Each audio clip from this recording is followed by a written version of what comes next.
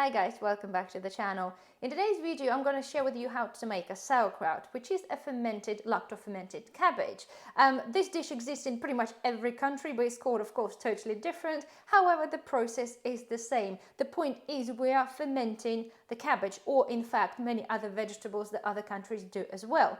The recipe could not be simpler, and I know guys there's so much online that people get scared of starting fermenting because they're scared of the foodborne diseases like botulism and many other things as well, like salmonella and other things. But it's honestly, things are not that scary.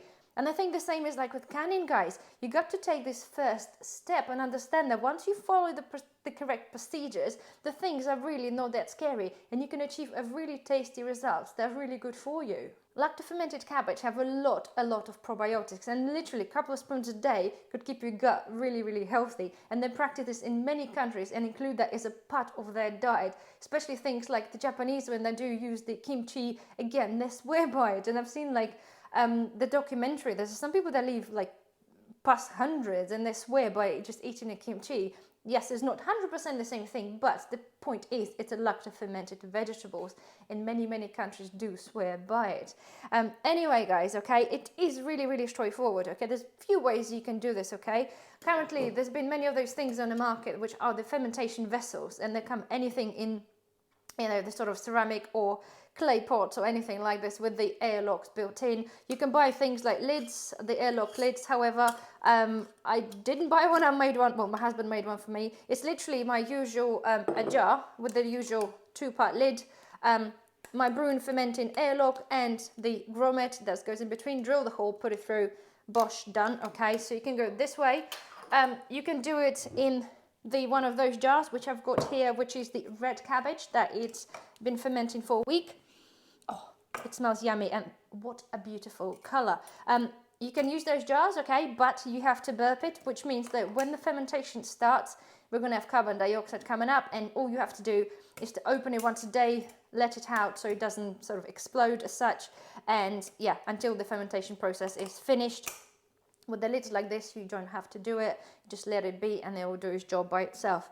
And of course guys, the old-fashioned way, my grandma used to make sauerkraut in a massive bucket, okay, and literally we didn't have things like those clip-top lids or things like the jars with the airlocks. Those things just purely weren't there.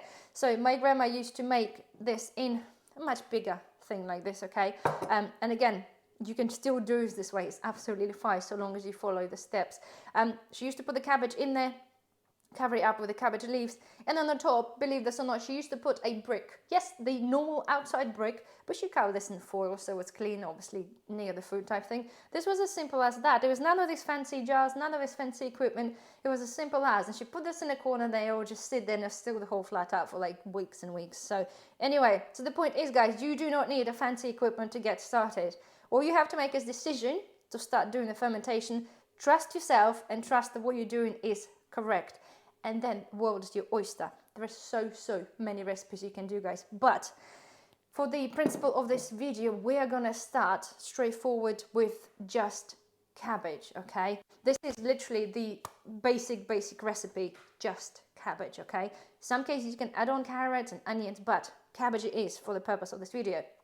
So I have here 2 cabbages. They are approximately 1.6 kilos altogether. I've done one here which had 2 big ones which were totally in about 2 kilos, so hopefully my eye as a diamond will make sure that we can fit in those 2 cabbages in a little jar. If not, it doesn't matter. The point is guys, right, when the cabbage arrives, or when you buy it or you grow it, depends. I don't grow it, I can't grow it. I have caterpillars that keep eating my cabbage and any brassicas, so I am stopping my cabbage production. So anyway, take the really manky leaves out altogether, okay? We don't want them. And it sounds a bit like a waste, but I've got chickens again. The girls will like that. Get them out.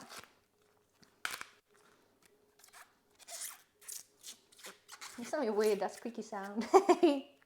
Right, okay. There we go. So that's a nice little cabbage, very little one of that.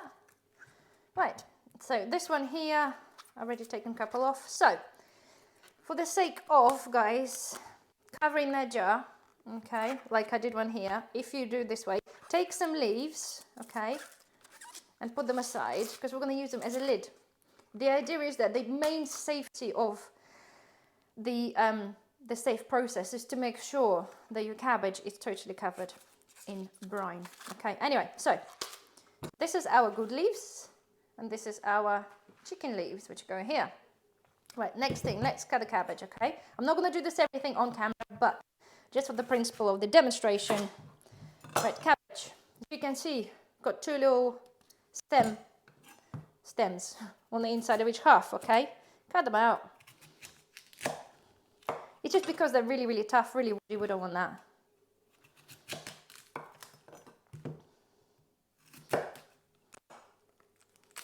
Okay, take it out. Okay, right, so that's done, both of them. Next thing, for the ease of chopping, guys, so you cut this in half.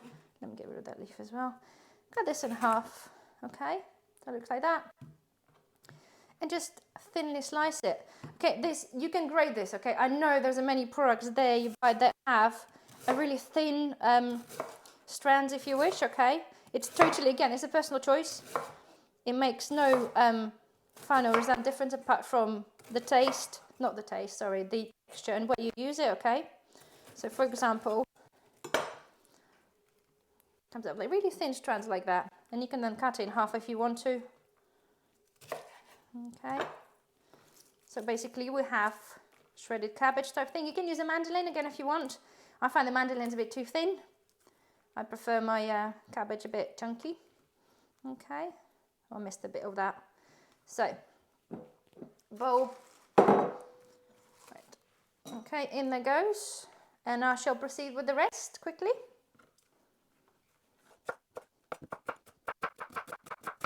So, cabbage is done, guys, okay? We have a whole bowl of cabbage. And we're thinking like, yeah, whole bowl of cabbage, would that go in there? Probably not.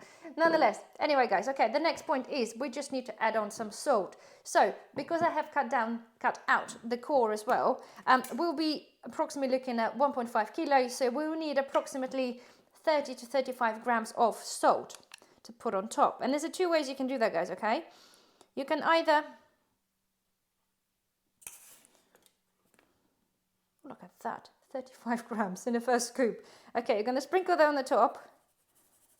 And it's, again, the salt content, it's a personal choice. Some people like it salty, some people don't. I do prefer to have quite a bit of salt in my fermented stuff. So, right, the next thing is the hardest bit, guys.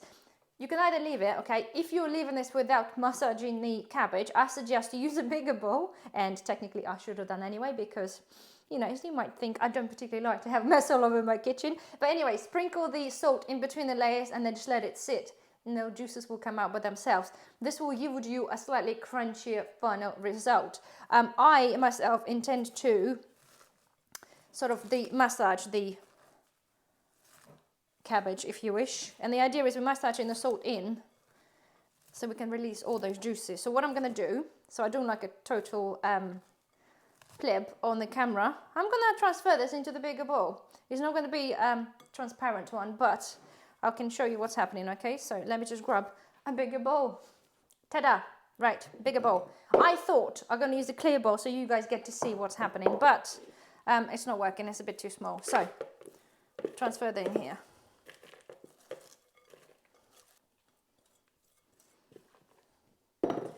So, and we're now starting to massage the cabbage. Some people wash this with, like, you know, the cocktail thing, or like end of spatula, end of wooden spoon, whatever you want, whatever you have. I prefer to do this with hands. Again, make sure your hands are clean, okay? And we're going to be doing this for a little while. The point, guys, right? We're talking about the whole whilst I'm doing them as we'll talk.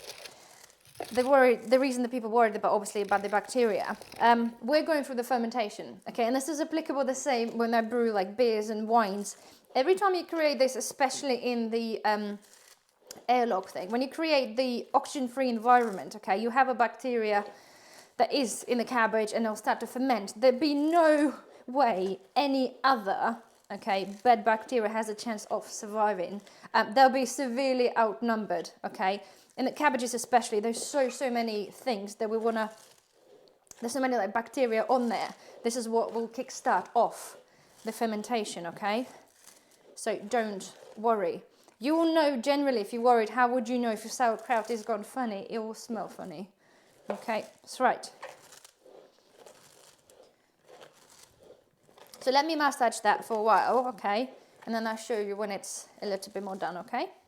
So yeah, guys, right, about 10 minutes, okay? I've been squashing this cabbage and it felt like I have pretty much like a therapy session. All right, we are looking now. You can see the cabbage is having all the juices are coming out, which is great. This is what exactly we need. And when you found it got to the point where it is slightly bit translucent and you have juice coming out of this means we are ready to go. And the next process, guys, is pick up your jar, okay, and make sure, of course, the jar is disinfected. And we're going to ram this cabbage in there, okay. It is a messy job. That's the only thing, it is a messy job.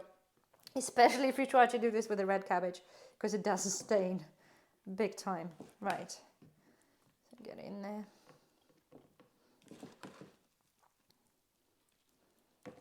The idea is we want those juices as well. If you've got the wide mouth jar, it might probably work better, okay, but I don't. Okay, right, make sure you get this in really tightly, okay. Push it down.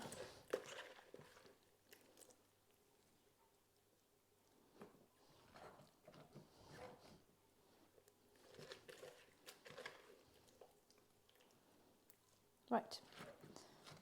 Okay, so we're trying to fill the jar as much as we can, okay? I've got my spoon in here.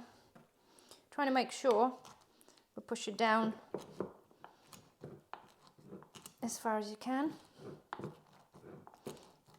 Want to make sure there are basically no air bubbles there, okay? And it's as squashed as possible. I've got room for a little bit more, just a tad more. Okay.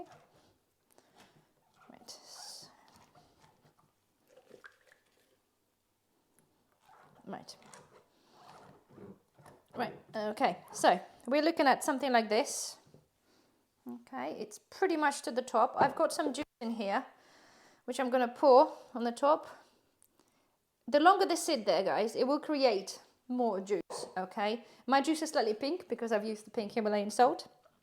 Okay, so make sure that all of your cabbage is submerged in the brine, okay? We don't want any exposure to air because it will potentially start to mold. So next thing is, guys, our little cabbage leaves. Okay, fold them over and just put them in there and push it down. The idea is because when you start, the fermentation starts, okay? The cabbage will start rising up to the top and you don't really want that, okay? We really don't want that. And it's like with anything, like with the home brewing recipes as well, guys. Within the first 2 days, you'll start to see, roughly first 2 days, you'll start to see occasional bubble, okay? And you'll start smelling the yeasty smell, okay? About 5 days, you'll start seeing a proper, like, gurgling fermentation. You know, something seriously going on there, which is exactly what we're looking at. That means at this stage, our fermentation is going according to plan. Right, so cabbage in, it's barricaded with the cabbage leaves, and we wash our lid on. Put that through first, shall we? Air lock is on. Okay, I'm going to put water in there later, push it in, and that's that, job done. So obviously give it a wipe. You have to put this in a warm place, okay? So you can sit on your counter if you want to smell the cabbage for the rest of a few days, that's absolutely fine. But generally you can put this in a dark cupboard out of the way. Not ideally a dark cupboard, but somewhere in a warm place, okay? Or somewhere you can keep an eye on it. For the first week, as I said, the best thing is just to keep an eye on it and make sure everything is happening, make sure you don't get any off weird smells. And basically your cabbage should be ready initially within sort of 7 to 10 days. If you want to have ever such a slight sour flavor. The longer the cabbage will sit there, it will develop more vinegary thing. This is natural for any fermentation, natural for any nothing that we brew. The longer it will sit there, the bacteria will be consuming and it will create a more sour taste. So generally, my grandma used to leave it between 3 to 4 weeks, and that's kind of the perfect point for our taste. The cabbage will change color. As you can see in here, guys, obviously the cabbage used to be purple, as you do, and initially, and then it's changed to the nice pink. Okay, it is bubbling, so I have to open this every day, but at this point I can start consuming this if I really wanted to, but I will leave this for a few days. The normal smell, as you know how the cabbage smells, okay, it's totally fine, and you will smell that slightly vinegary smell, which is totally a-okay. As soon as you started to get like an off smell, like smell of a little like of mold or damp, that means something went wrong and something got contaminated your cabbage. It really happens, providing your cabbage is below the brine, and obviously it's, you know, keep an eye on, make sure you don't get any flies in or anything like that. And then you should be absolutely fine, and your fermented cabbage is ready to consume, well, within really between 10 days and 4 weeks if you wish. After it's done, obviously you don't need to keep this on. Take the lid off, put the normal lid on and put this in the fridge. Easily will sit there for like good 3 months if you haven't eaten it by then, which I'm sure you would anyway. But generally that, guys, this is as straightforward as this. A little bit messy, unfortunately, so I do apologize about that, but it is literally, it's really simple. And trust me, once you give this a try, once you've done this, if you tasted it, you know what it tastes like, you must like it if you're looking at potentially making it. But once you've done your own, it's honestly, there'll be no stopping you. And of course, I'll share different recipes with you. Slightly complicated taste flavors will give us totally different final results. So anyway, well, hope you enjoyed this video, guys. Don't forget thumbs up, subscribe if you haven't, and I shall see you in the next one. Bye bye.